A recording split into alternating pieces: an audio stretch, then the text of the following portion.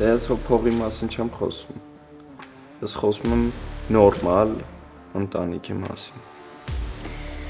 Հերիկ ջան, հետ քո ասած նորմալ ընտանիքը մեր համար անհասանելի երազանք է։ Ես շատ եմ ուզում, որ դու իմ վրայից հոտ քաշես եւ ասես, թե իմ վրայից ինչ հոտ է գալիս, այդպես պայմանավորվեցինք, ճիշտ է։ Գաշվել եք։ Մեր ուղղակի հիմա հարցեր միտում։ Ուղղակի կողք սեղի։ Սրանից հետո չտենամ Կարոյի հետ ինչ-որ տեղ գնաս։ Լուրջ ես խոսում։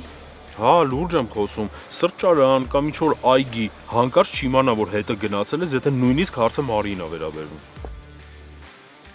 Էդ ինչ ընդհանուր թեմա ունեք իրար հետ, որ եկավ նստեց ավտոտ գնացիք։ Հետո հետ եկեք մի ժամ էլ ստեղ կանգնած էիք խոսում։ Այդքան շատ է ձեր ասելիքը։